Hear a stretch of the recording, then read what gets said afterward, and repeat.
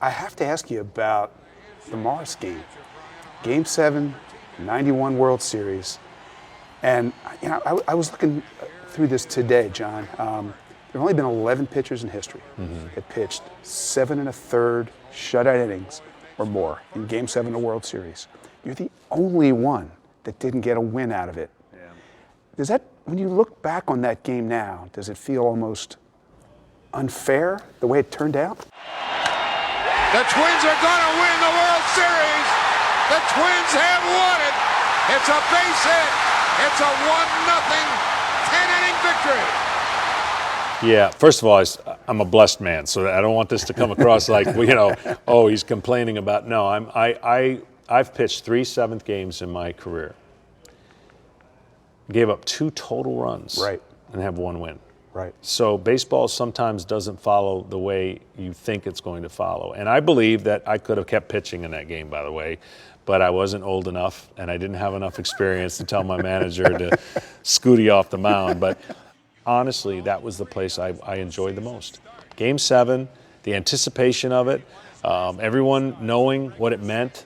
I took a big nap that day, right at the park, right on the training room table, missed, Ted Turner's speech and all the different things that went on, because I was so comfortable about what I was about to do. And, wow. And honestly, I look back at the film and I see my disgust and I see, like, how can you be taking me out right here?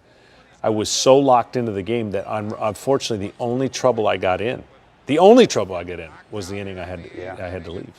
I was lucky enough to be there that night. I can still remember how I felt.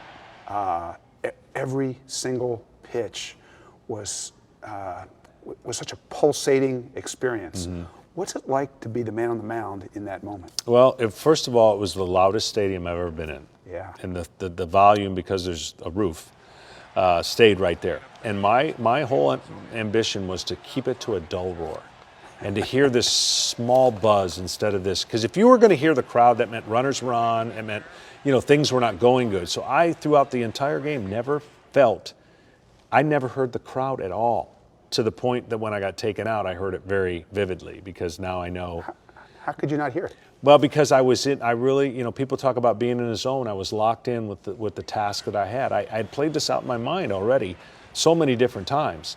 And Greg Olson and I were in such a good sequence, in such a good place. Remember, I was 2-11. And that year, I was at the break, and I was a couple starts away from being removed from as a starter. Wow.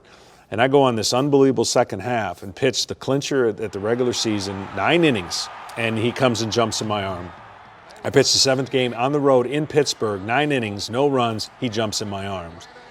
I knew it was going to happen again. I was going to pitch 9 innings on the road in Minnesota. He was going to jump in my arms for the basically 3rd time, and this was going to be the year that, we shocked everybody. And when that gets taken and you hadn't given up a run and you're going, so it was an amazing feeling. But I remember sitting on the dugout, being the last one there, just taking it in, seeing what Minnesota went through, seeing the icon of Jack Morris that I had idolized my entire career. Right. Grew up in Michigan, Tigers fan. Tigers fan. And I said, one day that'll be us. One day I want to know what that feeling feels like.